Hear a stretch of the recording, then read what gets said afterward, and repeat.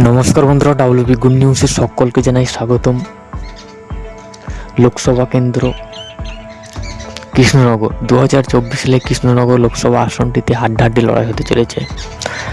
তৃণমূল কংগ্রেসের প্রার্থী অর্থাৎ মহুয়া মৈত্র 2024-এ ফের টিকিট পাচ্ছে। ইতিমধ্যেই মমতা বন্দ্যোপাধ্যায় অর্থাৎ তৃণমূল নেত্রী ঘোষণা করেছেন। সেই ক্ষেত্রে 2024 সালে হাড্ডাহাড্ডি লড়াই হতে চলেছে।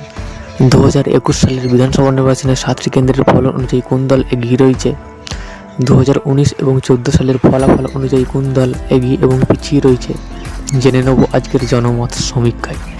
প্রথমেই 2014 সালে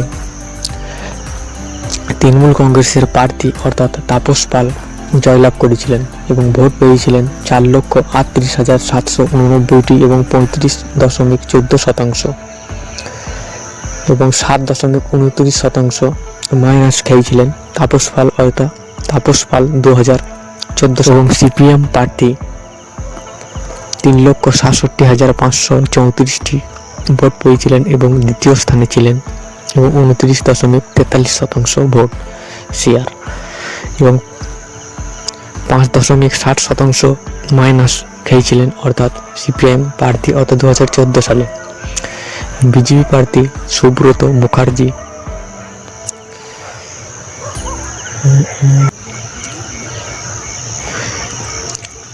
3,29,873টি এবং 26.38% এবং 9% ভোট ইনক্রিজ অর্থাৎ বেড়ে দাঁড়িয়েছিল 2019 সালে সুব্রত মুখার্জির।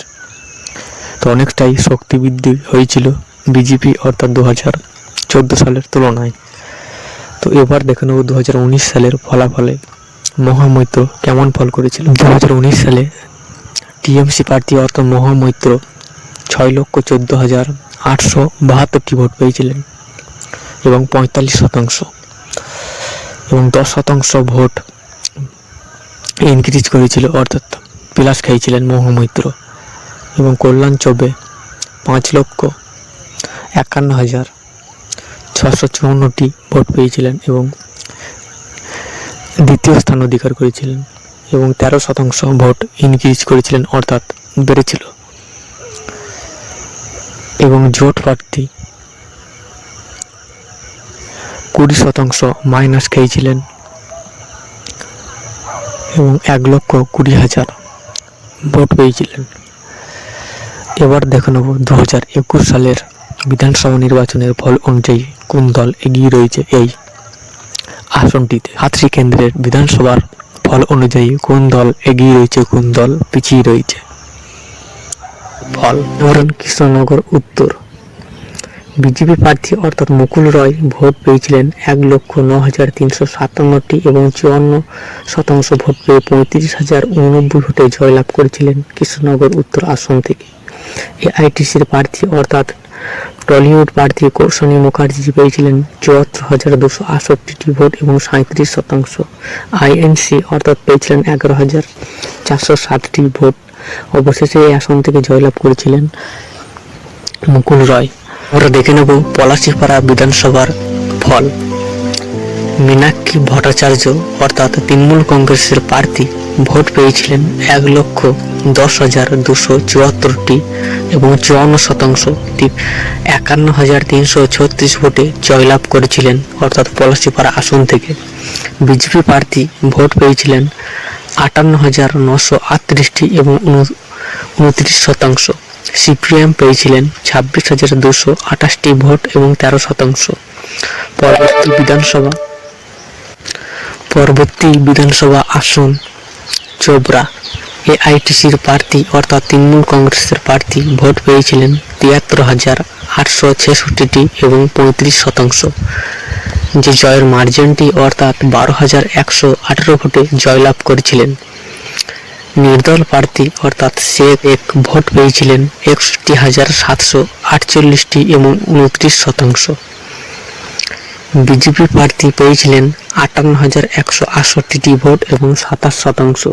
তো অবশেষে এই আসন থেকে জয়লাভ করেছিলেন তৃণমূল কংগ্রেসের প্রার্থী। পরবর্তী বিধানসভা আসন নবদ্বীপ তৃণমূল কংগ্রেসের প্রার্থী অর্থাৎ ভোট পেয়েছিলেন 1,02,170টি এবং 49%। 18,571 ভোটে জয়লাভ করেছিলেন। বিজেপি প্রার্থী পেয়েছিলেন 83,599টি ভোট এবং 40%। সিপিএম প্রার্থী পেয়েছিলেন 18,540টি ভোট এবং 9%।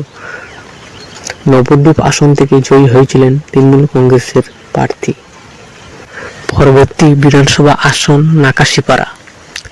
এআইটিসি অর্থাৎ তৃণমূল কংগ্রেসের প্রার্থী ভোট পেয়েছিলেন 1,04,812টি এবং 55%, যে জয়ের মার্জিনটি অর্থাৎ 21,271 ভোটে জয়লাভ করেছিলেন। বিজেপি প্রার্থী 83,541টি ভোট পেয়েছিলেন এবং যে অর্থাৎ 40% ভোট পেয়েছিলেন, এবং নির্দল প্রার্থী পেয়েছিলেন 11,277টি ভোট, অর্থাৎ নাকাশিপাড়া আসন থেকে জয়লাভ করেছিলেন এআইটিসির প্রার্থী। পরবর্তী বিধানসভা আসন কালিয়াগঞ্জ। তৃণমূল কংগ্রেসের প্রার্থী ভোট পেয়েছিলেন 1,11,696টি এবং 53%, এবং 46,987 ভোটে জয়লাভ করেছিলেন। অভিজিৎ ঘোষ পেয়েছিলেন 64,709টি ভোট এবং 31%।